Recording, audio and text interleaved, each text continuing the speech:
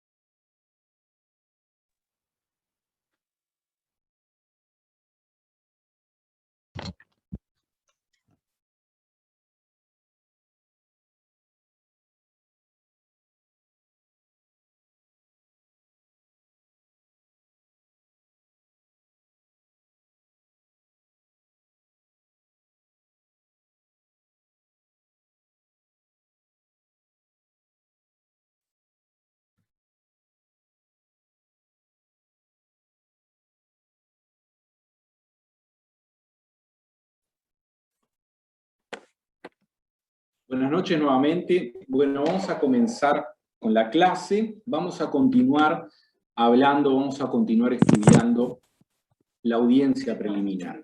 Como les había dicho en la clase pasada, la audiencia preliminar Cuidado con los micrófonos, muchachos. Recuerden silenciarlos, así no tenemos interrupciones.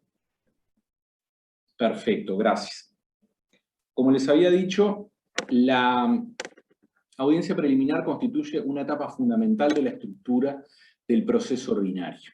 Constituye una etapa fundamental, es muestra clara de la consagración del principio de concentración. También refiere al principio que está vinculado con el principio de oralidad, con el principio de publicidad también. Las audiencias se desarrollan en forma presencial y en forma verbal. Anoten, si están tomando nota, en forma presencial, entre comillas, porque a continuación yo les voy a hacer algunos apuntes con respecto a la forma en que se toman o se pueden tomar las audiencias en esta época de pandemia por coronavirus, ¿sí?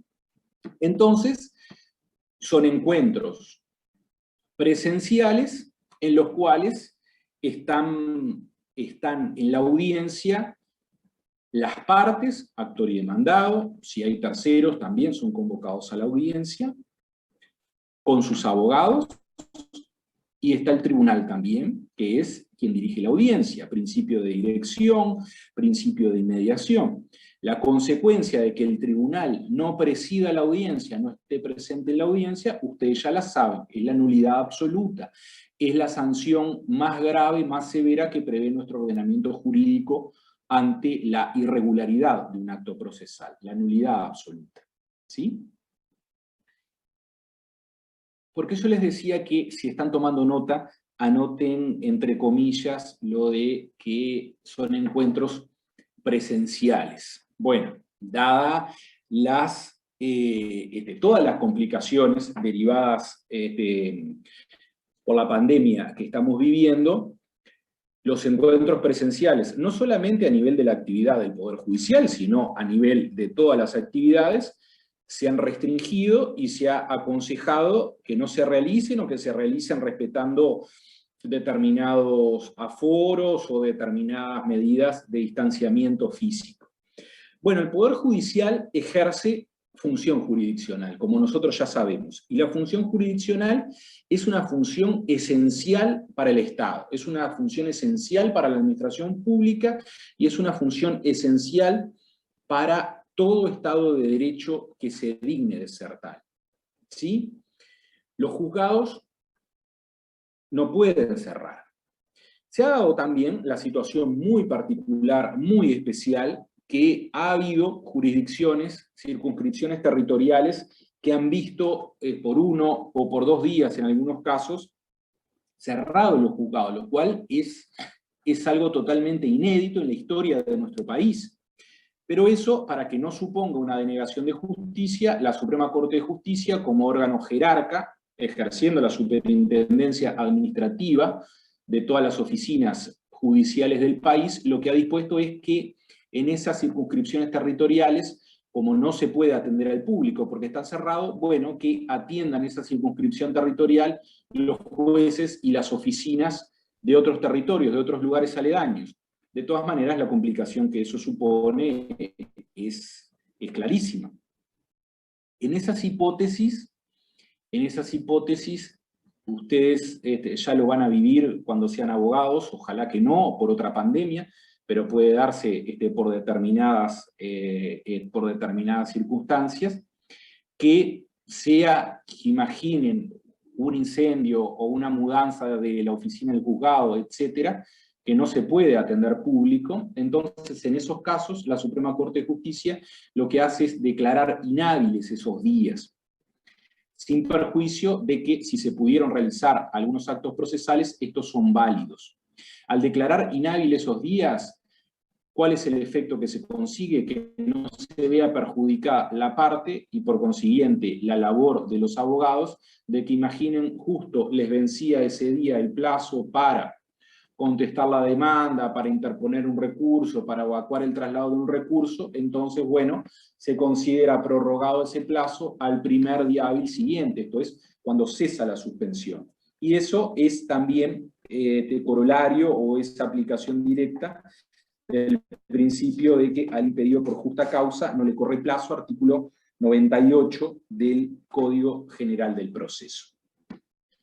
Como yo les señalaba, el Poder Judicial ejerce función jurisdiccional. La función jurisdiccional es de la esencia de todo Estado. Ustedes recuerdan las tres funciones primordiales: función legislativa, función ejecutiva y función judicial, que se asocian a los tres poderes de gobierno de un Estado: poder legislativo, poder ejecutivo y poder judicial. Entonces, como el Poder Judicial no puede cerrar, ¿sí? El Poder Judicial no puede cerrar, entonces, a raíz de la pandemia, se tuvieron que arbitrar primero medidas administrativas, esto es sin sustento legal, como para no permitir que corrieran grave riesgo de frustración o que se frustraran efectivamente derechos fundamentales, derechos humanos que requieren una tutela particular por parte del Estado. ¿Sí? Y así la Suprema Corte de Justicia ha ido dictando diversas acordadas, que como ustedes ya saben son normas jurídicas, son actos reglamentarios, por los cuales ha regulado el funcionamiento excepcional del Poder Judicial en esta etapa, en este periodo de pandemia que estamos viviendo hasta el día de hoy. Ustedes tal vez ya han oído el término de que la Suprema Corte de Justicia ha decretado feria judicial sanitaria, o luego en la denominación que le dio la ley, feria judicial extraordinaria.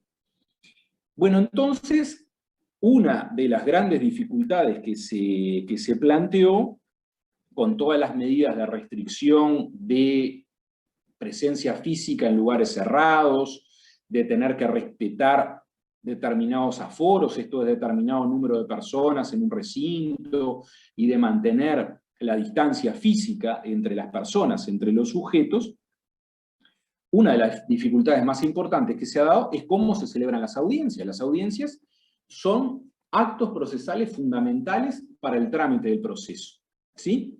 Hasta tanto no se pudiera realizar la audiencia preliminar, o hasta tanto no se pudiera realizar la audiencia complementaria, no se pudiera producir la prueba, entonces ese expediente claramente no iba a terminar, no se iba a poder dictar sentencia definitiva. Bueno, y entonces vemos una norma legislativa muy importante que se dictó en diciembre de 2020.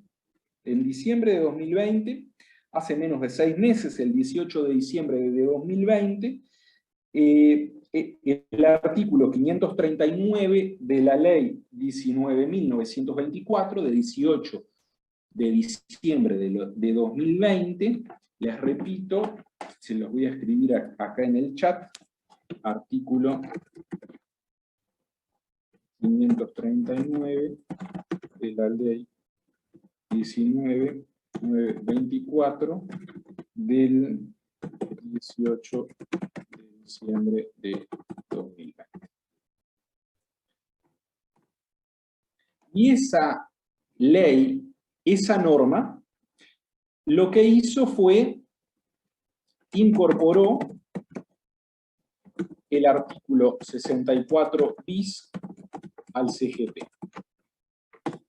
Le dio redacción al artículo 64 bis del Código General del Proceso, que dice así. Si no tienen actualizada la versión del CGP, porque ya les digo, esta norma es justamente de diciembre de 2020, lo buscan en cualquier buscador y entonces ahí pueden acceder a la página de INPO, y entonces van a ver, van a tener a su disposición esta norma del 64 bis del CGP, que se las leo ahora. 64 bis, autorízase en todos los procesos judiciales regidos por este código, en situaciones excepcionales, la utilización de videoconferencia u otros medios telemáticos idóneos para la realización de cualquier audiencia. La Suprema Corte de Justicia calificará las situaciones de excepción y reglamentará la procedencia y utilización de tales medios. El tribunal dispondrá la utilización de los referidos medios telemáticos y proveerá a los efectos de que en las audiencias por videoconferencia se asegure la comunicación multidireccional y simultánea entre todos los sujetos actuantes y el respeto de los principios del debido proceso y el derecho de defensa. Podrán ser diligenciados por videoconferencia la declaración de parte, la declaración de testigos y el examen en audiencia de la prueba pericial en los supuestos a que refieren los artículos 152, 160 y 183 de este Código, siempre que la parte, el testigo y el perito declaren en forma presencial ante la sede o en la comisionada a tales efectos. Antes de que se dictara esta norma, las audiencias de regla eran presenciales, ¿sí? Las audiencias de regla eran presenciales. Había determinadas hipótesis, ya previstas en el Código General del Proceso, en que para la práctica de determinadas diligencias o la realización de determinados actos procesales, por ejemplo, la declaración de un testigo que se domiciliara o se radicara lejos, a más de 100 kilómetros, por ejemplo, de la sede del tribunal, se podía comisionar esa declaración testimonial al tribunal competente del lugar donde se domiciliara el testigo. Por ejemplo, en un proceso radicado en Montevideo, una de las partes solicitaba la declaración testimonial de un testigo que vive o que vivía en Rivera, y entonces, bueno, para evitar todos los costos y la pérdida de tiempo que suponía que ese testigo se trasladara a la sede del juzgado, en el cual tenía que prestar declaración testimonial, se podía comisionar al tribunal competente de Rivera, sea un juzgado de paz, sea un juzgado de letrado, dependiendo de cuál era el competente en la capital del país, como para que le tomara declaración a ese testigo. Y para eso lo que se hacía era, con el oficio, que el oficio es una comunicación entre oficinas públicas, ¿sí? El oficio que libraba el juzgado requirente al juzgado requerido, entonces ahí se mandaba un pliego de preguntas o una nota con las preguntas que tenía el juez comisionado que formularle a ese testigo. Y esas respuestas luego se comunicaban vía oficio también a la oficina, a la sede requirente, esto es el juzgado de Montevideo. También, por una acordada, creo que del 2013, si mal no recuerdo, creo que del 2013, después se la podemos subir a la plataforma, la Suprema Corte de Justicia dispuso el sistema de videoconferencias para la práctica de estas diligencias, ¿sí? El sistema de videoconferencias también, al igual que la prueba, que la toma de estas declaraciones testimoniales por tribunal comisionado, también requería este sistema de videoconferencia, que sigue vigente hasta el día de hoy, requería de una sede requirente y una sede requerida. En el mismo ejemplo que yo les comentaba recién, un testigo tiene que declarar ante un juzgado de Montevideo. Ese testigo se domicilia en Rivera. Por este sistema de videoconferencias también se le requería al juzgado de Rivera que marcara una fecha para la declaración de ese testigo. Ese testigo concurría a la sede de ese tribunal comisionado en Rivera, entonces ahí se comprobaba su identidad, se le recababan los datos, se exhibía su cédula de identidad, y con esa conexión por videoconferencia, entonces quien realizaba el interrogatorio era el juez de Montevideo, ¿sí? Era el juez de Montevideo, las partes y sus abogados también estaban en Montevideo y le podían formular preguntas a ese testigo. Con eso se aseguraba una mayor inmediación. Esto es, el testigo no estaba cara a cara en el mismo lugar físico, no estaba cara a cara con las partes, con los abogados y con el tribunal, pero podía tener una interacción a través de ese sistema de videoconferencia. Esto es, el juez que tomaba la declaración era el mismo juez del caso, no un juez comisionado, no el juez de Rivera, ¿sí? Y el juez apreciaba, a través de la pantalla, por supuesto, pero apreciaba toda la riqueza que supone una declaración testimonial. Las pausas del testigo, las dudas que puede manifestar el testigo, sea en su lenguaje verbal o en su lenguaje corporal, etc. ¿Sí? Pero lo que permite esta norma del artículo 64 bis es que, aun cuando todos los elementos del proceso, las partes, los testigos, estén físicamente en la circunscripción territorial del juzgado competente, lo que permite esto es que no se dé esa necesaria reunión física de las partes, sus abogados y el tribunal en un mismo recinto, en un mismo lugar. Y con eso, bueno, se salvan todos los problemas que genera esa proximidad física y esa acumulación de personas en el marco de la pandemia que estamos sufriendo. ¿Sí?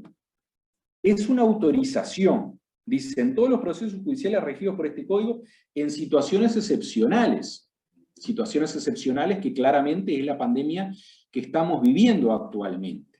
¿Sí?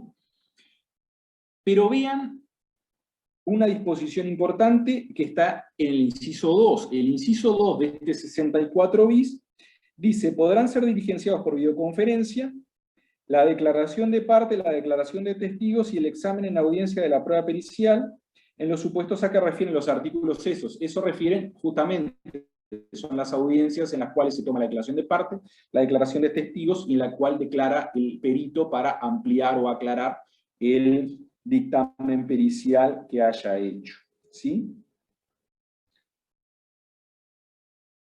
Pero la particularidad que tiene esta norma es que ese testigo, esa parte citada a declarar, recuerden ese medio de prueba, declaración de parte, que nosotros dijimos, bueno, en realidad, más que un medio de prueba, puede ser un vehículo para conducir a la prueba en esencia, que es la confesión, pero ese testigo, esa parte citada a prestar su declaración y ese perito, lo que exige la norma es que ellos estén presencialmente en la sede del juzgado, que estén presencialmente en la sede del juzgado.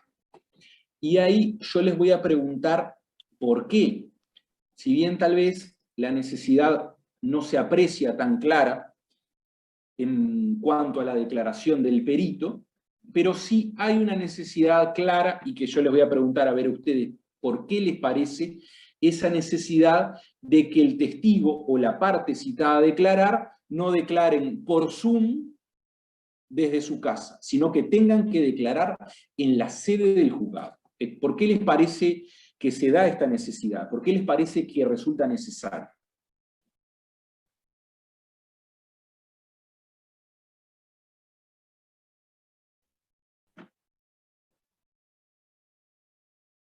Y para tener un ámbito físico legal, me parece, porque si lo hace frente a otro juez, en un juzgado, tiene más garantías que en la casa. Como... Está hablando Gretel Morales. Sí, no prendo la cámara porque estoy media complicada con el Zoom, pero... no hay problema, no hay problema. A ver, decíamos... Profesor. Más garantías. ¿Por qué le parece que hay más garantías? Luzmila López creo que estaba por hablar. A ver. No, pensé algo como, capaz que es re utópico, pero no podría pasar que si está en su domicilio puede estar bajo amenaza de alguien o puede en realidad ingresar a alguien y ya sea de la otra parte o un tercero que se pueda beneficiar o X cosa que entre y en realidad esté bajo amenaza y vos no sabés por qué está con video, digamos. No sabés la otra parte. Entonces, cuando está cuando va a darlo ahí, en el juzgado, digamos, ya puede, si fue amenazada antes, puede ir y decirlo y acudir y estar protegida, por así decirlo. Bien, bien Luzmila, bien. Bien también las intervenciones que están haciendo los compañeros. José Ron dice para que no estén bajo presión. Gastón Daván, para garantizar la seguridad de las comunicaciones, Mercedes Coroas por una seguridad, Clara Araujo por la inmediación, Abril Magariños, claro, para que no sean condicionados, Diego Barbosa, para que no dé un testimonio falso, escrito o bajo presión. Bien. Acá, decían cómo estaba levantando la mano. No. Bien. Todas las intervenciones son correctas. Todas las intervenciones son correctas. ¿Recuerdan ustedes cuando estudiamos declaración testimonial que vimos que el CGP dice que el testigo no puede consultar notas, no puede leer apuntes, salvo que se trate de una declaración que verse sobre datos numéricos, sobre cifras, etcétera, ¿sí? Entonces, si el testigo declarara por Zoom, ¿sí? Si el testigo declarara por Zoom, el juez y las partes y sus abogados verían lo que nosotros estamos viendo en este momento. Verían lo que estamos viendo en este momento. Entonces, tal vez, a ver, por ejemplo, imaginen que yo soy un testigo, que ustedes son los jueces, ¿sí? Yo podría tener acá los auriculares estos para escuchar lo que ustedes como jueces me preguntan, o podría tener el audio en la computadora y con esto estar hablando por teléfono con una persona que me esté indicando lo que yo tengo que decir, ¿sí? O podría tener una persona a mi lado acá diciéndome lo que tengo que decir, o en la propia pantalla de la computadora yo podría abrir una ventana en la cual leo todo lo que tengo que decir y ustedes no se dan cuenta, ¿sí? Y eso se aplica para el testigo y se aplica para la parte que tiene que declarar, ¿sí? O le pueden estar mandando mensajes por WhatsApp en la computadora y estar leyendo ahí. Entonces, lo que se garantiza o lo que se busca asegurar con que la declaración testimonial, la declaración de parte, se brinde en la audiencia, es que ese testigo va a estar siendo controlado por el tribunal. El tribunal lo va a tener enfrente al testigo y entonces va a comprobar, como en todas las audiencias presenciales que se realizaron en toda la historia de vida del Código General del Proceso, hasta que llegó la pandemia el año pasado, el tribunal va a estar viendo todo eso.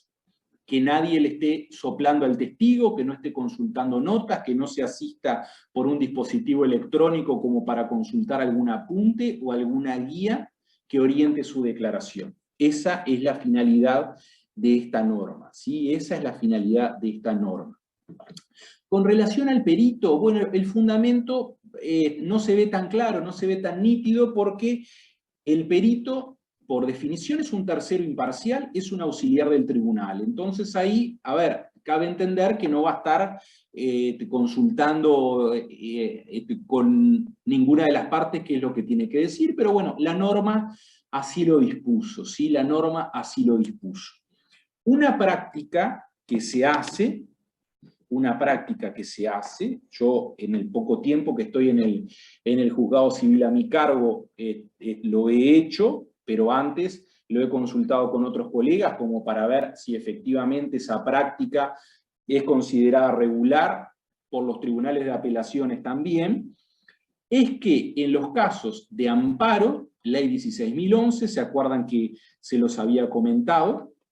¿Sí? Que se los había comentado antes. Por ejemplo, el amparo por medicamentos de alto costo o amparo por tratamientos médicos de alto costo también.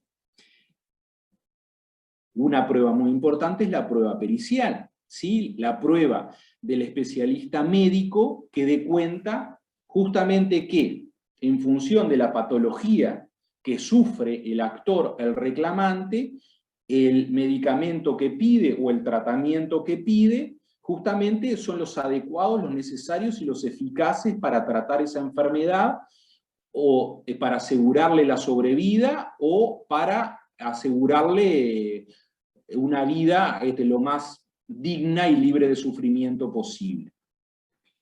Y esa práctica del peritaje se hace, como lo prevé el Código General de Proceso. El perito, el experto, realiza su dictamen por escrito, pero también es citado a declarar ante la sede, ¿sí? Y esas declaraciones testimoniales, perdón, no es declaración testimonial, es una declaración verbal en audiencia, se toman también por medios telemáticos, también se toman por Zoom, las partes no lo objetan y los órganos de alzada, los tribunales de apelaciones tampoco lo objetan, ¿sí? Justamente por esto, por más que la norma así lo requiera, estrictamente la práctica de esa prueba por Zoom cumple las garantías y cumple la finalidad perseguida por la norma. Entonces, por eso se realiza en primera instancia y no es objetado, al menos hasta ahora no lo ha sido, por los tribunales de apelaciones. ¿Sí? Entonces, conforme a este artículo 64 bis, que dice que se autoriza en todos los procesos judiciales regidos por este código en situaciones excepcionales, la utilización de videoconferencia u otros medios telemáticos idóneos para la realización de cualquier audiencia. Bueno, y esto viene a cuento porque la audiencia preliminar, que es lo que constituye el objeto de estudio de nuestra clase, las audiencias preliminares pueden tomarse íntegramente por Zoom, esto es, sin la presencia física de ninguno de los sujetos del proceso en la sede física, en el lugar de asiento del juzgado. Y vean lo que yo les estoy diciendo. Sin la presencia de ninguno de los sujetos, esto es, puede hacerse sin la presencia de la parte actora, sin la presencia de la parte demandada, incluso sin la presencia del tribunal, ¿sí? Se puede hacer íntegramente por Zoom, íntegramente por Zoom. ¿Por qué? En los juzgados que tienen el sistema de gestión multimateria asociado al sistema de registro Audire, yo no sé si escucharon hablar del sistema de registro Audire, ¿sí? Bueno, ¿no? Bueno, el código, desde sus orígenes, previó que lo que pasa en las audiencias, lo que sucede en las audiencias, se registra en actas resumidas. El acta resumida, como su nombre lo indica, es un documento en el cual se consigna todo lo que ocurre en la audiencia, todo lo que sucede en la audiencia. Ustedes lean el artículo 341, yo ya se los había encargado para que lo leyeran, como para que tuvieran por lo menos el insumo del código como para la clase. Todas las etapas del artículo 341, todas esas etapas... Dale, sí. Se activó un micrófono ahí, pero ya se apagó. Todas esas etapas se consignan o se consignaban en un documento escrito, El sistema de registración Audire, que ya lleva unos años implementado en el Poder Judicial, determina que las sedes que lo tienen cuentan con un sistema de registro en audio de lo que ocurre en la audiencia, un sistema de registro en audio. Cuando el Poder Judicial estaba estudiando la implementación de este sistema de registración o de un sistema de registración nuevo, más allá de las actas resumidas, se consultó la experiencia en otros poderes judiciales del mundo, principalmente otros poderes judiciales de Iberoamérica. Y entonces hay sistemas de registración en audio y en video. El problema más importante, la ecuación en video, es mucho más pesado, esto es, ocupa mucho más espacio, los datos son muy superiores, mucho más pesados, lo cual requieren una capacidad de almacenamiento superior y por consiguiente un costo superior también. Un presupuesto más abultado se requiere que el Poder Judicial en ese momento no lo tenía y actualmente tampoco lo tiene. Por eso se optó por el sistema de registración Audire, que es prácticamente idéntico al sistema de registración que existe en Chile. Bueno, y ese sistema, como les decía, es un sistema de registro en audio. También les vamos a poner en en nuestra plataforma, en nuestro espacio de EVA del curso, les vamos a poner la acordada que refiere a la implantación del sistema UIRE en algunas sedes de nuestro Poder Judicial. Y ahí, bueno, se consigna que todos los proveídos, todas las resoluciones judiciales que se dicten en la audiencia, además de estar registradas en el audio del sistema UIRE, también tienen que estar consignadas en el acta resumida, esto es, en el acta escrita. Tiene ventajas, en mi opinión, que superan con creces las posibles desventajas. Las desventajas que ven los jueces, no más viejos, digo, pero más antiguos en el ejercicio de la judicatura, es que, como en todas las actividades, y se los digo en buen romance o en términos llanos, como en todas las actividades, también el ejercicio de la judicatura supone aprender el oficio. Bueno, y quien tiene el oficio ve un expediente escrito y ya sabe, hojeándolo, dónde está la parte que buscaba, o dónde está la parte que necesita para dictar la resolución de qué se trate, una sentencia interlocutoria o una sentencia definitiva. ¿Sí?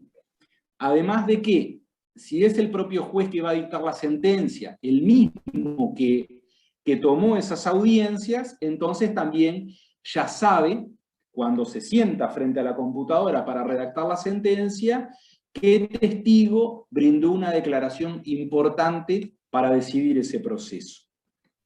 El sistema de registración por audio de la UDIRE lo que tiene es que las declaraciones testimoniales claramente no están registradas en el acta en soporte papel. Entonces, uno tiene que escuchar en los audios todas las declaraciones testimoniales, y eso supone un tiempo superior al que implicaría leer el acta resumida en soporte papel.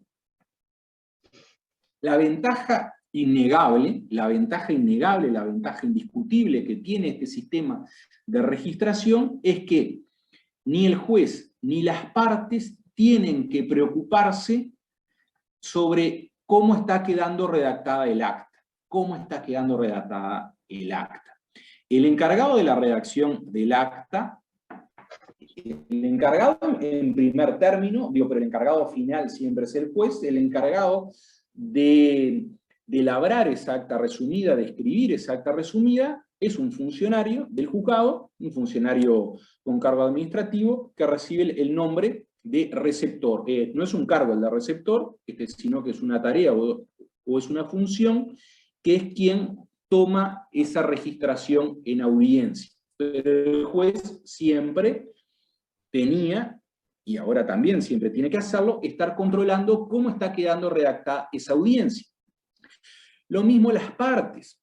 Una fórmula de estilo que siempre se consignaba en esas actas resumidas, al final es leída que le fue, las partes ratifican el contenido del acta firmando de conformidad, pero claramente no la leían, porque después de una audiencia, imaginen una audiencia larga, si encima después de eso tenían que leer palabra por palabra el acta, no se terminaba más. En Montevideo lo que hizo el Colegio de Abogados, como para facilitar la tarea de los abogados justamente, era donar un determinado número de monitores, ¿sí? Los monitores, donados por el Colegio de Abogados, se colocaban de manera que podían ser vistos por los abogados de las partes. Y ese monitor replicaba el contenido de la computadora, el contenido del monitor del receptor. Entonces ahí, a medida que el receptor iba labrando el acta, iba tomando nota del acta, los abogados iban controlando cómo iba quedando redactada esa acta. ¿Y por qué era importante esto? Lo que no estaba en el acta, o lo que no está en el expediente, no está en el mundo. Entonces, si las partes querían que determinada fracción, por ejemplo, de la declaración de un testigo que consideraban muy importante, se redactara en términos textuales, al tener el monitor, ahí podían ver si estaba redactado de la forma que ellos consideraban que reflejaba más fielmente el contenido de esa declaración testimonial, y si veían que no quedaba así, podían requerirle al juez, por favor, señor juez, solicito que se consigne textualmente esta frase que acaba de decir el testigo. Todas esas dificultades operativas con el sistema de registración por audire no se tienen, ¿sí? No se tienen. Ahí pregunta Abril Magariños, profesor, ¿y qué pasa si queda mal grabado o hay sonido de fondo que distorsione o algo? Bien, perfecto. Muy buena, muy interesante la pregunta, Abril.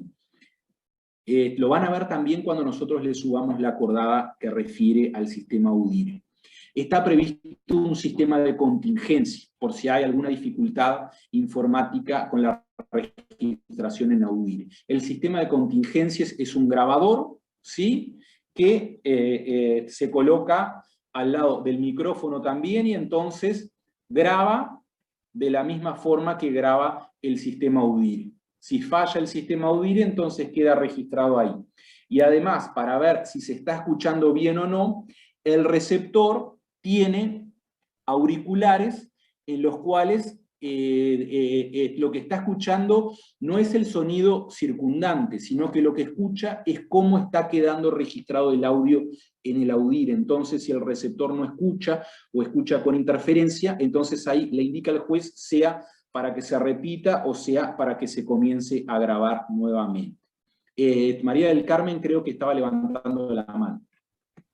Buenas noches. Una consulta, este sistema de registro, ¿durante cuánto tiempo se preserva? Porque el expediente papel uno sabe que va al archivo, pero con esto, no sé si me explico. Sí. Bueno, yo creo que queda, al menos hasta ahora, que no tiene tantos años de implementación, yo creo que queda guardado indefinidamente.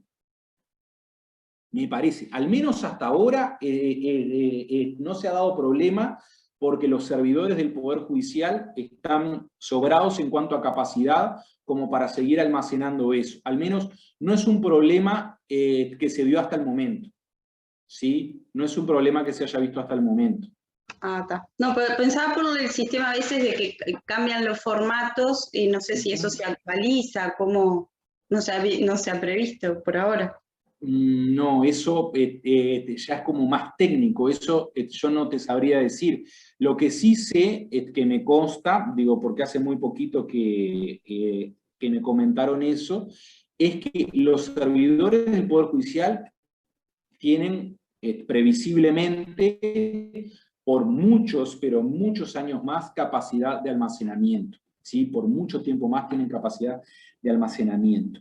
A ver, otras preguntas. Profesor, entonces, como testigo no se puede declarar por escrito. Bueno, a ver, si ustedes recuerdan, ¿qué personas en función de qué cargos sí pueden declarar por escrito como testigos? Busquen en el código, a ver. Hay determinadas personas que, digo, por los cargos que ostentan momentáneamente, sí pueden declarar como testigo. Y esto es, capaz que es algo menor, pero yo se lo digo porque es algo que se repite y se repite, a ver, a nivel incluso de sentencias de la Suprema Corte de Justicia. Vean que yo les dije recién en función de los cargos que ostentan, no es en función de los cargos que detentan, no es en función de los cargos que detentan. Si ustedes buscan en el diccionario, detentar es poseer ilegítima o ilegalmente, ¿sí? Es en función de los cargos que ostentan, esto es, que ocupan legítimamente. Perfecto, el presidente de ministros por la investidura del testigo. ¿Y en qué artículo está eso? A ver. Presidente, ministros, legisladores, intendentes, etcétera. Perfecto, perfecto. A ver. 156, 163. Declaración por informe. Exacto, 163. El 156 habla de exenciones al deber de testimoniar. Eso quiere decir que no prestan declaración testimonial, ni por escrito ni verbalmente. ¿Sí? Ni por escrito ni verbalmente. El 163 es la que habla de la declaración por informe. solo podrán dar testimonio por certificación o informe. ¿Qué quiere decir esto? Que si citados a declarar como testigo las personas que ocupan estos cargos, ¿sí?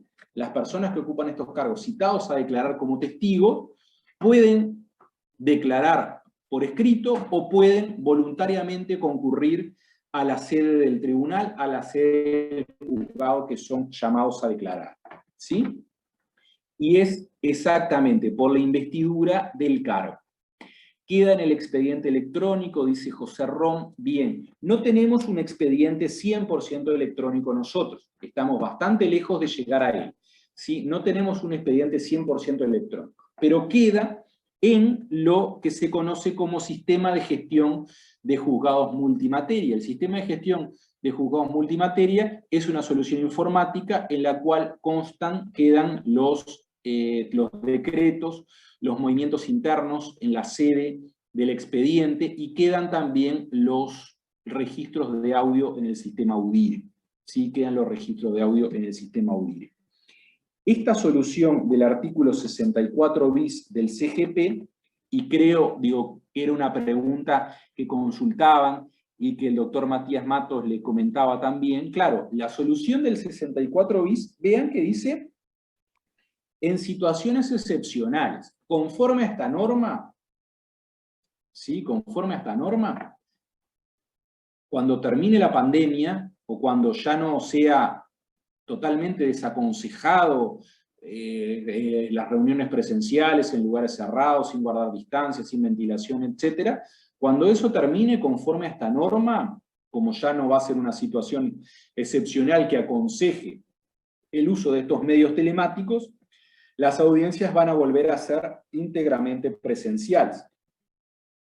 Hay 2 proyectos de ley a estudio de nuestro Parlamento que consagran que estas soluciones informáticas se apliquen con carácter general, esto es, no en casos excepcionales, ¿sí? No en casos excepcionales. Comentarles el contenido de esos proyectos de ley excedería el objeto del curso, pero también, si ustedes quieren, se los podemos subir a la plataforma.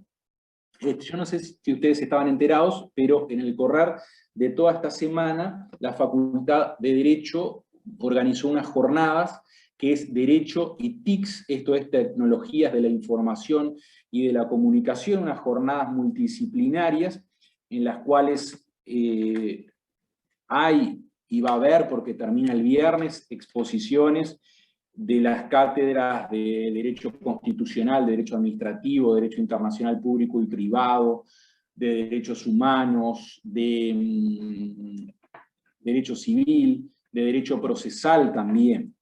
Ayer yo expuse en el marco de estas jornadas e hice algunas referencias someras, porque el tiempo que teníamos para hablar era de 10 minutos cada uno de los expositores, en los cuales yo hice algunas referencias someras a determinadas soluciones muy buenas, previstas en estos 2 proyectos de ley a estudio de nuestro Parlamento y algunas críticas que se le pueden hacer a eso. Pero bueno, les vamos a subir esos proyectos de ley.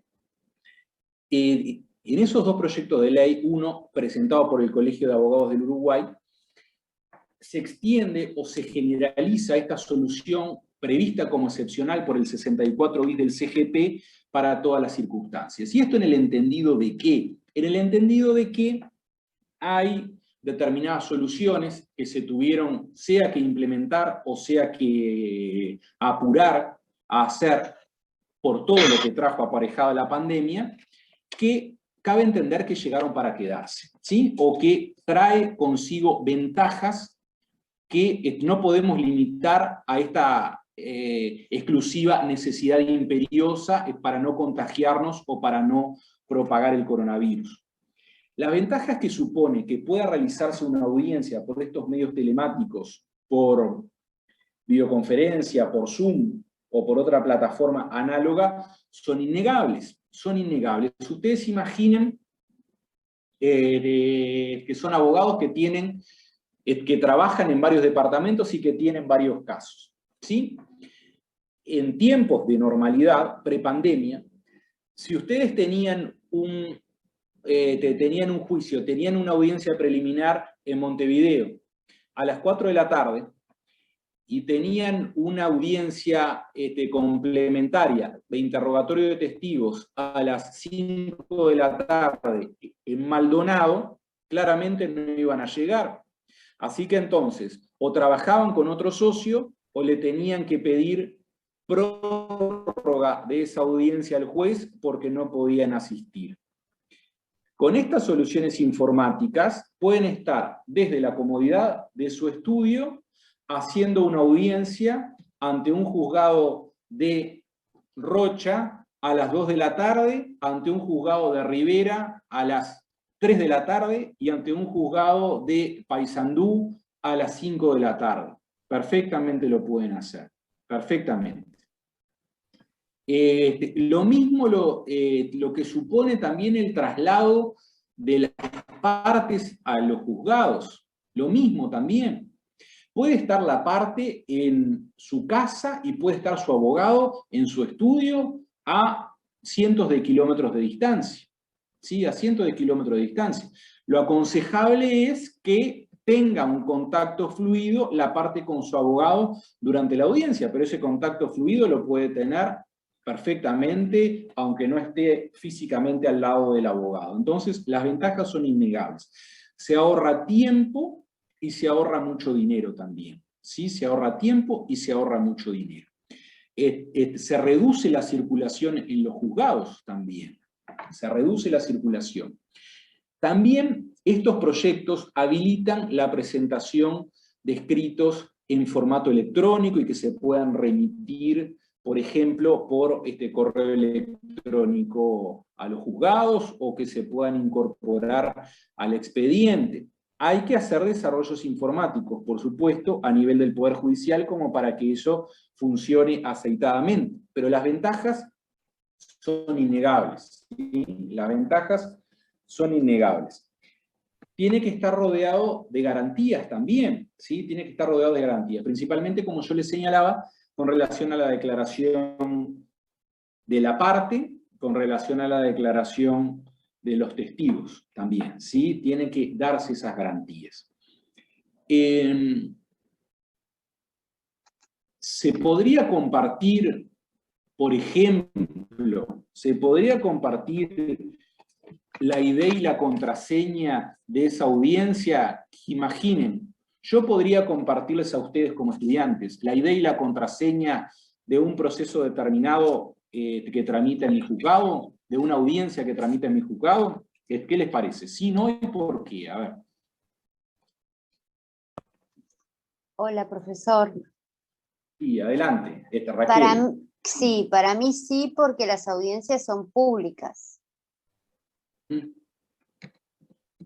Sí, las audiencias son públicas, bien, eso está bien, es un principio general de nuestro Código General del Proceso, ¿sí? Es un principio general de nuestro Código General del Proceso. No es lo mismo, ¿sí? No es lo mismo igual la publicidad de una audiencia presencial en la cual va a haber necesariamente un número acotado de público que compartir la ID y la contraseña de una audiencia. Si bien la audiencia es pública, esa ID y esa contraseña ustedes la pueden mandar a cuanto grupo de WhatsApp ustedes integren y puede estar cualquier persona presenciando esa audiencia. Además de las dificultades de conexión que eso puede traer aparejado, también puede haber algún reparo de las partes como para que sea, entre comillas, tan pública esa audiencia. ¿Sí? Puede haber alguna especie de reparo. No me consta que se haya planteado este tema de esta publicidad tan amplia de las audiencias. A los efectos didácticos, a ver, sabemos todos la utilidad que tiene. Nosotros como estudiantes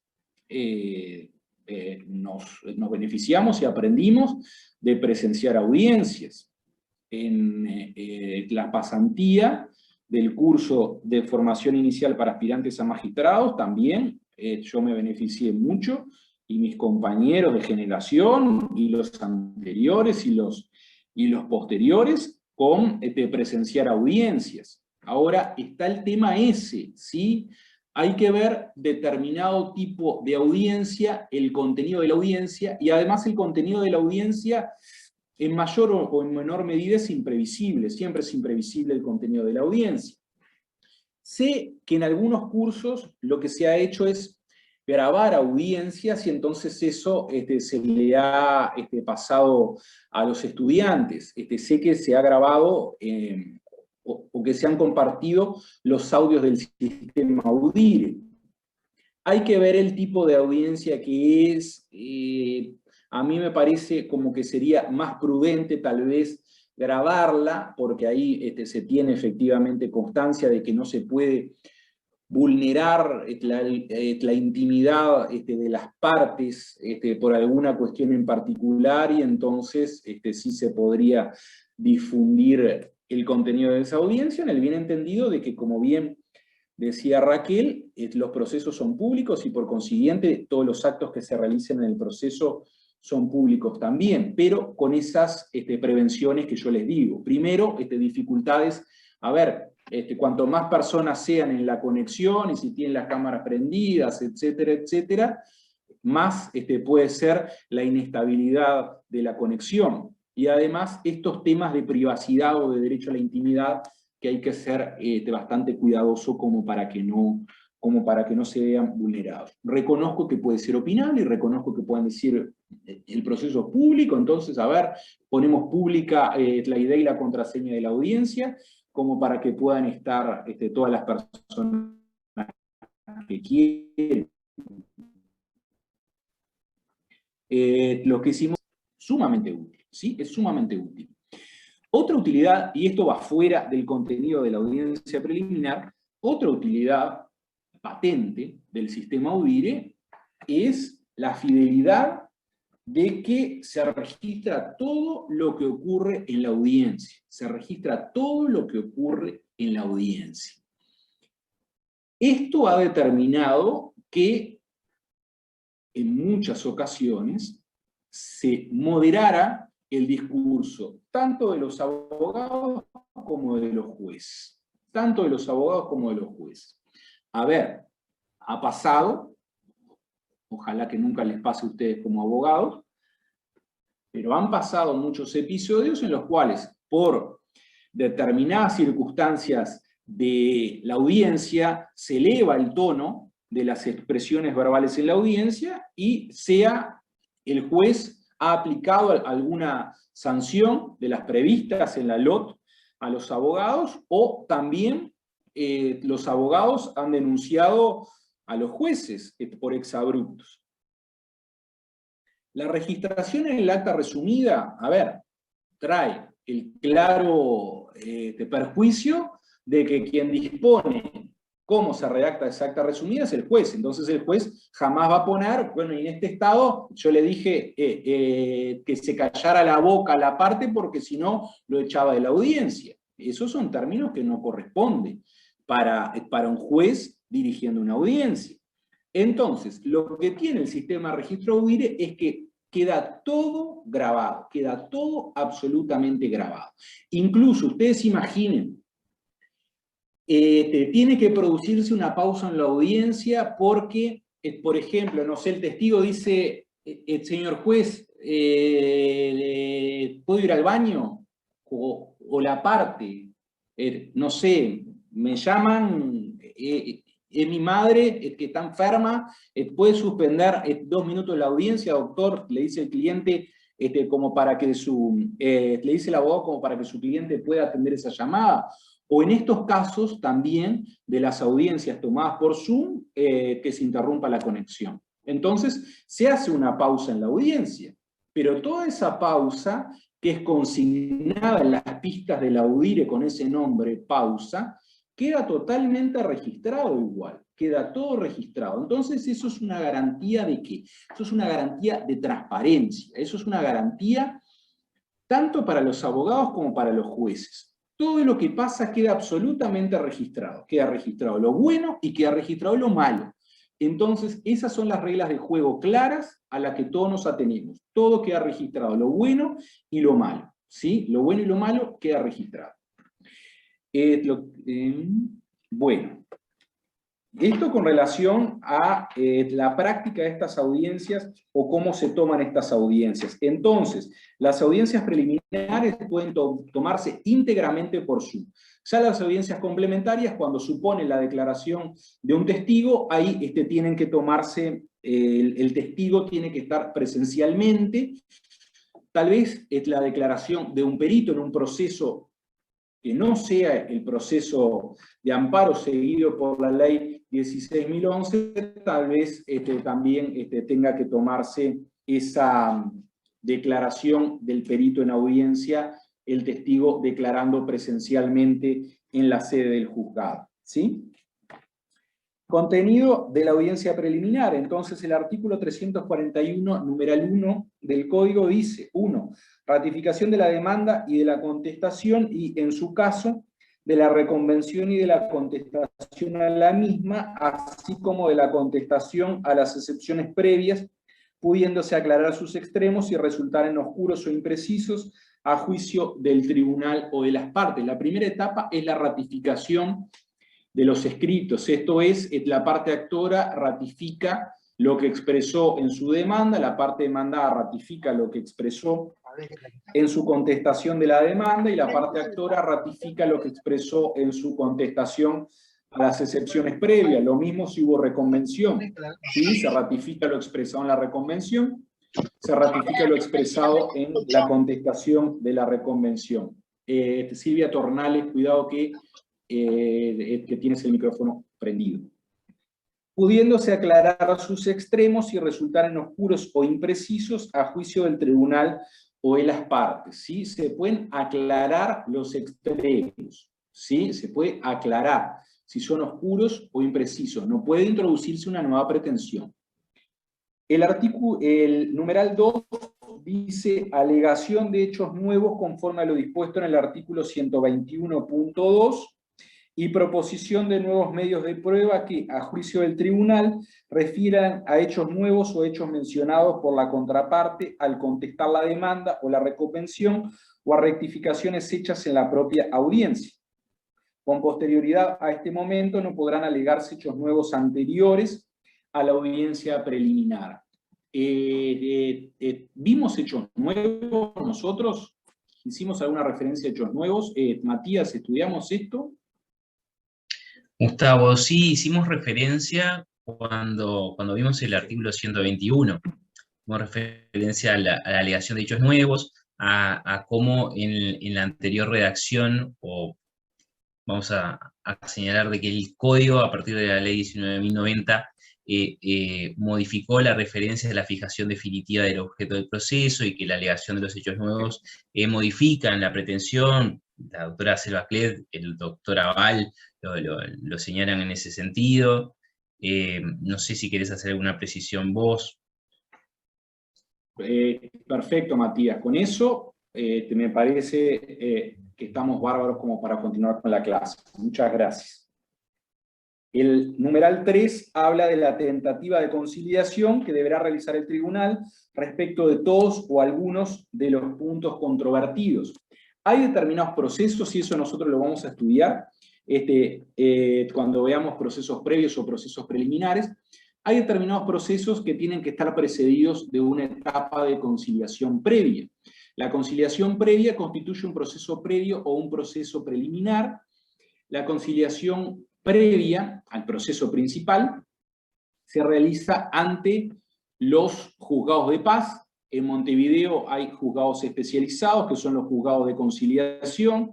Nosotros hicimos referencia a estas sedes cuando estudiamos competencia. Tienen la misma jerarquía institucional los juzgados de conciliación, que solamente hay con esta especialidad en Montevideo. Tienen la misma jerarquía institucional que los juzgados de paz departamentales de la capital, ¿sí? Pero además de esta conciliación previa, este proceso previo, ¿Que el matrimonio requiere conciliación previa? No, no. El divorcio, no. Aclara la compañera, no. Hay determinadas estructuras en las cuales, que eso ustedes lo van a ver en el curso de Procesal 2, hay determinadas estructuras, por ejemplo, el divorcio por sola voluntad, que implícitamente lo que busca es como una especie como de reconciliación o desistimiento de la pretensión de divorcio, hay varios comparendos, etcétera, pero bueno, no hay conciliación previa como proceso previo en el divorcio, ¿sí? En el desarrollo del proceso principal mismo, propiamente hablando, tenemos esta etapa que se llama conciliación intraprocesal, ¿sí? Se llama conciliación intraprocesal, en el cual el juez le consulta a los abogados de las partes si tuvieron oportunidad de dialogar, a ver si pueden acercar sus posiciones como para llegar a alguna especie de conciliación, ¿sí? Si las partes dicen que no, entonces ahí se tiene por inútilmente tentada la conciliación. Las manifestaciones que haga el tribunal en el marco de esta tentativa de conciliación intraprocesal no pueden ser consideradas como causal de prejuzgamiento y por consiguiente como causa de recusación. Recusación nosotros la vamos a estudiar cuando veamos procesos incidentales. La recusación refiere a una pretensión incidental por la cual se busca o tiene la finalidad de apartar al juez de la causa, por prejuzgamiento o por otra causa que pueda comprometer su imparcialidad o su apariencia de imparcialidad, pero lo vamos a ver bien cuando veamos procesos incidentales. La conciliación, si se realiza efectivamente, esto es, si las partes concilian, puede ser una conciliación sobre algún punto o sobre todos los puntos del proceso. Si es sobre algún punto, entonces el proceso tiene que continuar. Si es sobre todos los puntos, claramente ahí ya lo que se hace es homologarse esa conciliación o esa transacción arribada y entonces ahí se le pone fin al litigio, se clausura el proceso. 4. Recepción de la prueba sobre las excepciones en la situación extraordinaria de entender al tribunal que exista algún hecho a probar, en cuyo caso se recibirán exclusivamente las pruebas solicitadas en el escrito en que se hubieran opuesto o contestado las excepciones y las que el tribunal ordenare de oficio. 5, esto es muy importante, dictado de sentencia interlocutoria con el fin de sanear el proceso para resolver los problemas planteados por las excepciones procesales propuestas o las nulidades denunciadas o las que el tribunal hubiere advertido y decidir a petición de parte o de oficio todas las cuestiones que obstaren a la decisión de mérito, incluyendo la improponibilidad de la demanda y la legitimación en la causa, cuando ésta sea definible al comienzo del litigio. El tribunal podrá prorrogar la audiencia a los efectos de lo dispuesto en el numeral 4, pero en la siguiente oportunidad deberá recibirse la totalidad de la prueba y pronunciarse la sentencia interlocutoria. La audiencia podrá prorrogarse por un plazo no mayor de 10 días para la formulación de los fundamentos de la sentencia. También se podrá prorrogar la audiencia por plazo no mayor de 15 días para pronunciar la sentencia con su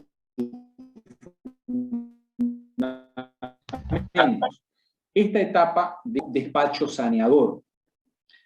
Despacho saneador porque su finalidad es sanear al proceso de todas las cuestiones accesorias que obsten a la decisión sobre el mérito del asunto, esto es, sobre la fundabilidad de la pretensión.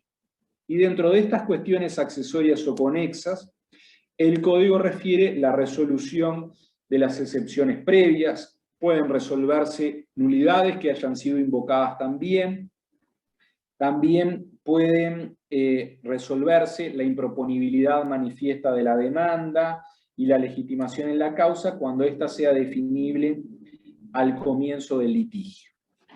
De modo entonces que las excepciones previas, artículo 133 del Código General del Proceso, se resuelven en esta etapa de la audiencia preliminar. Despacho saneador, numeral quinto del artículo 341 del Código General del Proceso. ¿Qué naturaleza jurídica tiene? Sentencia interlocutoria. Siempre va a ser una sentencia interlocutoria independientemente del contenido de esa resolución. Lo que puede hacer variar el contenido de esa resolución es que la sentencia interlocutoria sea simple o sea una sentencia interlocutoria con fuerza de definitiva. ¿Sí? Lo vamos a ver bien cuando nosotros estudiemos el artículo 342 del CGP, y eso lo vamos a ver en la clase que viene. Ahí vamos a ver todos los diversos contenidos que puede tener este despacho saneador, todas las sentencias, todas las resoluciones judiciales que pueden dictarse en el curso de esta audiencia preliminar. Como les dije, el contenido de la audiencia preliminar es sumamente rico, ¿sí? Es sumamente rico, es sumamente variado y es muy vasto el contenido de la audiencia preliminar, justamente por la importancia que tiene, por la trascendencia que tiene la audiencia preliminar. Vean que esta sentencia interlocutoria puede dictarse en esta primera sesión de la audiencia preliminar o puede prorrogarse la audiencia preliminar, esto es convocarse a una nueva sesión de la audiencia preliminar, sea para pronunciar los fundamentos de la sentencia interlocutoria o sea para dictar la propia sentencia interlocutoria. ¿Qué quiero decir con esto? Se puede dictar la sentencia interlocutoria. Por ejemplo, el tribunal te puede decir, ampárase íntegramente la excepción de caducidad opuesta por el demandado.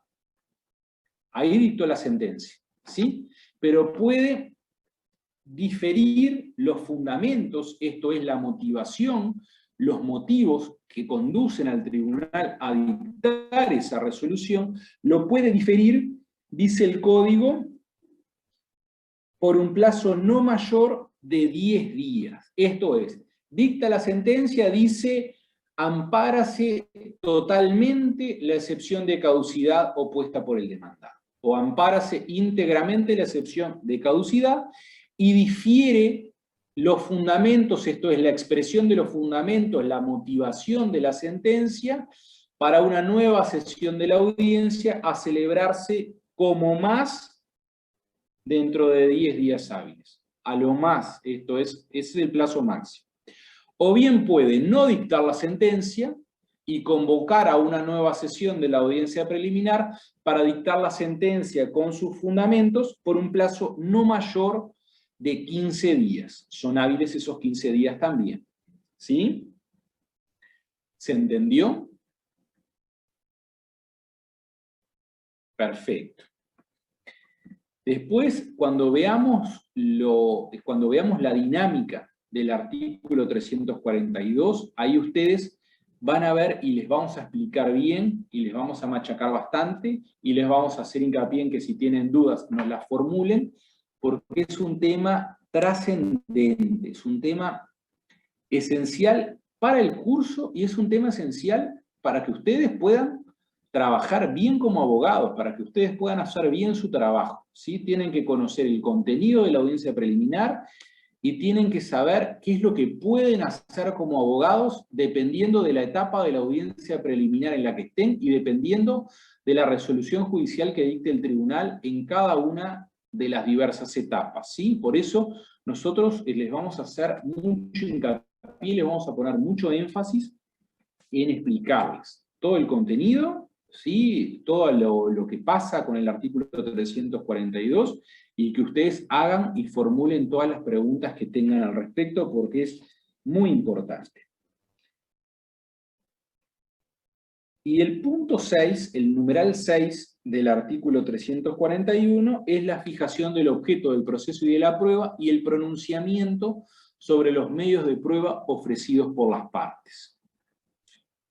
Vean que, como yo les decía en la clase anterior, es un orden lógico y cronológico que tiene la estructuración del artículo 341. No es antojadizo que se empiece por la ratificación del contenido de los escritos y que se termine con la fijación del objeto del proceso y de la prueba y el pronunciamiento sobre los medios de prueba. ¿Por qué? Mal vamos a poder fijar el objeto del proceso si antes las partes no ratificaron el contenido de sus escritos. ¿Por qué? Porque la parte actora, por ejemplo, puede desistir en ese momento de una porción de la pretensión. O puede decir, no, estos hechos te considero que no tienen que integrar el objeto del proceso. Si se llega a una conciliación parcial, entonces esa porción de la pretensión respecto de la cual se llegó a una conciliación parcial, claramente no va a integrar el objeto del proceso. Claramente no va a integrar tampoco el objeto de la prueba, la acreditación de los hechos sobre los cuales ya se llegó a esa conciliación. ¿Sí? También, por ejemplo, si en el marco del despacho saneador se hace lugar a la excepción de falta de legitimación pasiva de uno de los codemandados, entonces ese codemandado queda fuera del litigio. Por consiguiente, también resolver sobre una eventual condena a ese codemandado va a quedar fuera del objeto del proceso también, porque ese codemandado fue excluido del proceso, ¿sí? Entonces, por eso es lo que yo le decía, el orden lógico y cronológico. La audiencia preliminar se va desarrollando por etapas, y el cumplimiento de cada una de esas etapas va a ir completando todo el contenido de esa audiencia preliminar. Es como si se fueran llenando celdas o llenando casilleros, ¿sí? Cuando termina todo el contenido, cuando termina este punto 6, ahí tenemos la audiencia preliminar completa. A medida que se van cumpliendo, es como que se va pintando el contenido o completando las porciones de esa audiencia preliminar. Fijación del objeto del proceso y de la prueba. Recuerdan ustedes que yo les había dicho que el objeto del proceso, muy sintéticamente hablando, ¿qué es? Es aquello que se tiene que decidir, es aquello que tiene que resolver el tribunal. Y el objeto de la prueba es aquello que requiere ser probado, aquello que las partes tienen que probar, que el tribunal tiene que diligenciar prueba justamente para acreditar esos hechos controvertidos. Objeto del proceso, entonces, aquello que se tiene que resolver; objeto de la prueba, aquello que se tiene que probar, aquello que necesita ser probado. Entonces se tiene que fijar el objeto del proceso y de la prueba. ¿Quién fija el objeto del proceso y de la prueba? Bueno, el objeto del proceso y de la prueba se va delineando a medida que se cumplen los actos de proposición inicial. Se fija así materialmente la audiencia preliminar, pero cuando la parte promueve la demanda, cuando formula su demanda, ahí ya se va delimitando el contenido de ese objeto del proceso, porque ahí está la pretensión, ahí refiere a todos los hechos que van a constituir el objeto de la decisión del tribunal. Cuando el demandado contesta la demanda, también cumple una actividad muy importante para delinear o para ponerle límites a ese objeto del proceso. Si admite hechos, entonces esos hechos no van a integrar el objeto del proceso, porque el tribunal no va a tener que decidir sobre esos hechos. Salvo, recuerden, que refieran a cuestiones o a derechos indisponibles. Ahí sí se va a tener que decidir y sí se van a tener que probar esos hechos. Pero la regla, que es cuando no se trata de derechos indisponibles, si los hechos no son controvertidos, entonces van a estar fuera del objeto de la decisión y por consiguiente también fuera del objeto de la prueba después, ¿sí? En el acto subsiguiente, que es la fijación del objeto del proceso y de la prueba. También tienen incidencia en la fijación del objeto del proceso y de la prueba lo que se decía en el despacho saneador, como yo les decía. Si se acoge la defensa de falta de legitimación pasiva de un codemandado, entonces ese codemandado queda fuera del litigio y por consiguiente toda su situación no va a ser objeto de decisión, va a quedar fuera del objeto del proceso, ¿sí?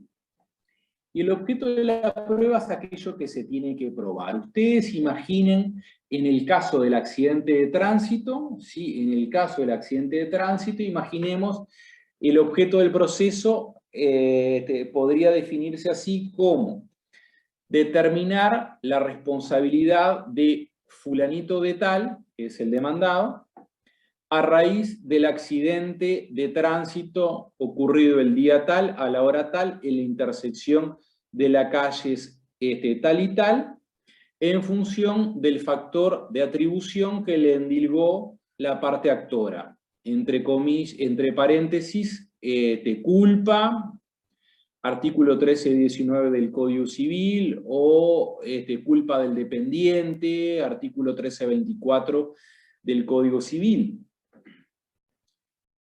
En función también de las defensas opuestas por el demandado, ¿sí?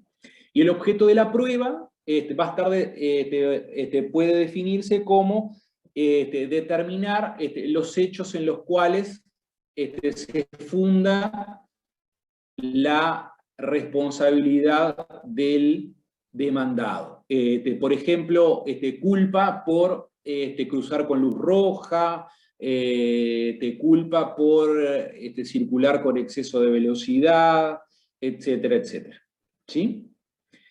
Dentro del objeto del proceso y dentro del objeto de la prueba, también imaginemos que si el demandado se defiende argumentando en función de una causa que lo puede exonerar total o parcialmente de responsabilidad, como el hecho de la víctima, entonces también ese hecho de la víctima, invocado por el demandado como defensa, necesariamente va a tener que integrar el objeto del proceso y también, por consiguiente, el objeto de la prueba.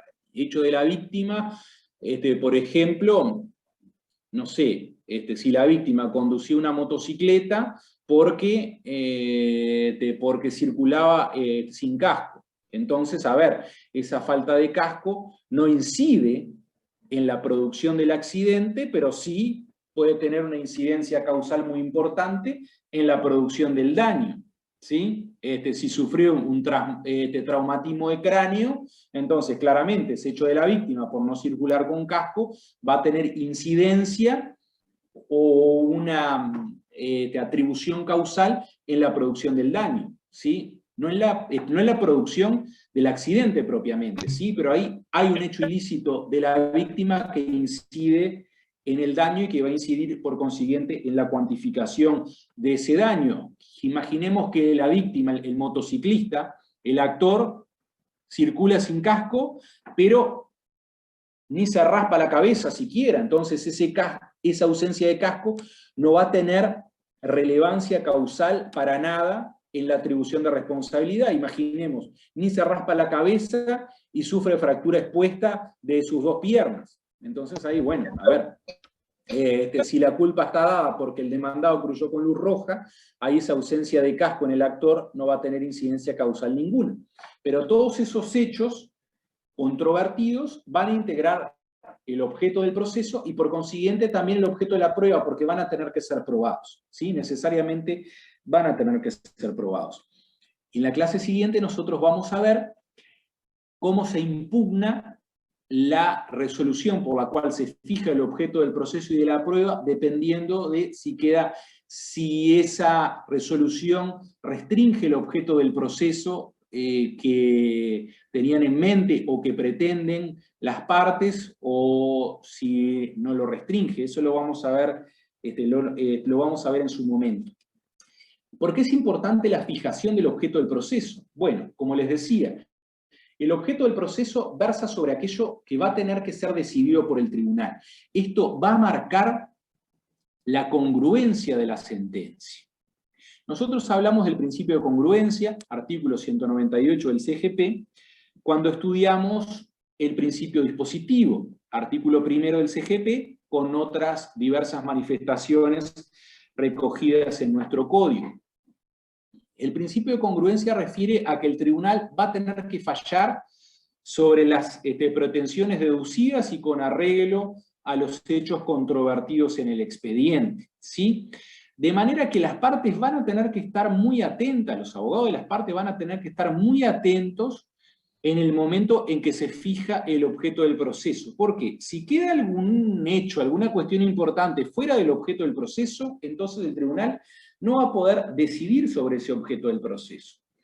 Hay algunos colegas que optan por, para no verse encorsetados después a la hora de dictar la sentencia definitiva, por fijar un objeto del proceso en los términos más amplios posibles. Corresponden determinar, el objeto del proceso corresponde en determinar si corresponde hacer lugar o no a la demanda. Bueno, sí, eso es amplísimo, ahí no se les escapa nada, pero también ese objeto del proceso le sirve tanto para el accidente de tránsito, le sirve para el cobro de diferencias salariales en un proceso laboral, le sirve tanto para la pensión alimenticia, le sirve para un proceso monitorio, le sirve absolutamente para cualquier cosa, le serviría hasta para un proceso penal, imaginen, determinar si corresponde o no hacer lugar a la demanda. Digo, en el proceso penal es la pretensión punitiva del Estado, la pretensión punitiva que ejercita el fiscal. Entonces, a ver, términos amplios, como para no dejar nada importante afuera, sí,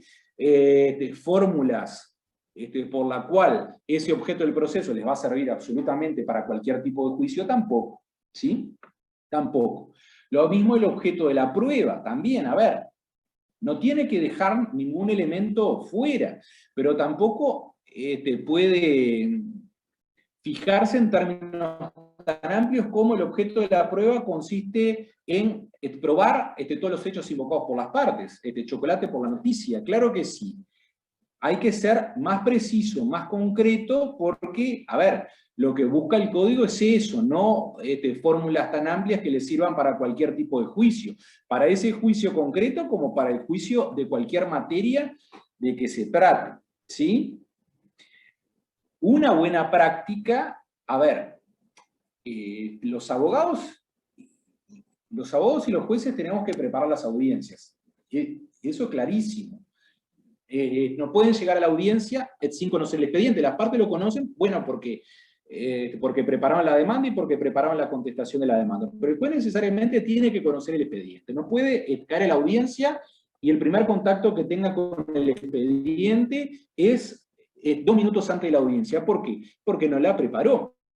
No la preparó, entonces no va a saber,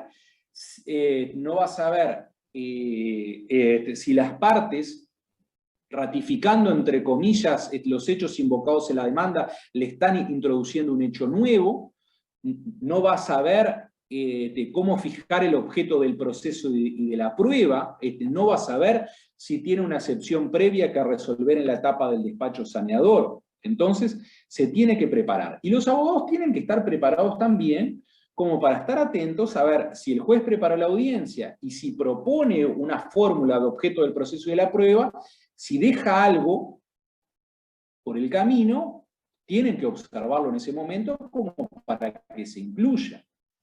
Una fórmula de un buen estilo es que el juez lleve delineado un proyecto de objeto del proceso y de la prueba, que se los lea a las partes y que les pregunte si lo consideran adecuado o si estiman que tiene que ampliarse o reducirse en algún sentido. Las partes pueden expresar que sí están de acuerdo, entonces no hay ningún problema, o las partes pueden expresar que tiene que incluirse o que tiene que quitarse alguna cuestión del objeto del proceso y en definitiva el tribunal resolverá. ¿Sí? En definitiva el tribunal resolverá. Pero sí o sí, tanto los abogados como los jueces tienen que preparar correctamente las audiencias como para no verse sorprendidos en esa audiencia. Lo mismo las audiencias complementarias. La audiencia complementaria la vamos a estudiar un poquito más adelante, pero, a ver, también, la práctica, el interrogatorio del testigo, el código dice que el tribunal comienza interrogando al testigo y que después los abogados de las partes pueden formularle alguna otra pregunta, pero quien interroga al testigo en primer término es el tribunal, ¿sí? No puede hacerse, o al menos no es lo que pretende el código, que el tribunal diga, bueno, le va a preguntar el abogado de la parte actora, no, quien tiene que interrogar primeramente es el tribunal y después las partes, y para eso, bueno, tiene que preparar adecuadamente la audiencia como para saber qué preguntarle al testigo, como para ver si las preguntas que le formula la parte actora o la parte demandada son preguntas impertinentes, por ejemplo, esto es que exceden el objeto de la prueba, ¿sí? Y entonces, fijación del objeto del proceso y de la prueba y pronunciamiento sobre los medios de prueba solicitados por las partes, rechazando los que fueren inadmisibles, manifiestamente innecesarios, manifiestamente inconducentes y manifiestamente impertinentes, numeral 6 del artículo 24. Nosotros las categorías estas las mencionamos, ¿no? Nosotros dijimos, ustedes saben que es un medio de prueba inadmisible, un medio de prueba innecesario, un medio de prueba inconducente, un medio de prueba impertinente. Esto lo vimos, ¿no? Bueno, si lo vimos más o menos, lo vamos a... ¿sí? Está perfecto, perfecto. Lo vimos. Bueno, entonces, la clase que viene voy a empezar preguntándoles a ver que me den un ejemplo de un medio de prueba inadmisible, un medio de prueba inconducente, un medio de prueba impertinente y un medio de prueba innecesario. Vamos a seguir con este numeral 6 y vamos a estudiar los artículos 342 y 340 del CGP. Profe, disculpe una consulta, dice Catherine Crosa. Catherine, bueno, la consulta esta, formulala verbalmente ahora y después ya nos despedimos, así no nos excedemos. Es para un trabajo de taller de obligaciones, no tengo micrófono. Bueno, Catherine, me podés escribir por mensaje particular en la plataforma de EVA y si te puedo colaborar, con gusto. Que pasen bien, nos vemos en la clase del viernes.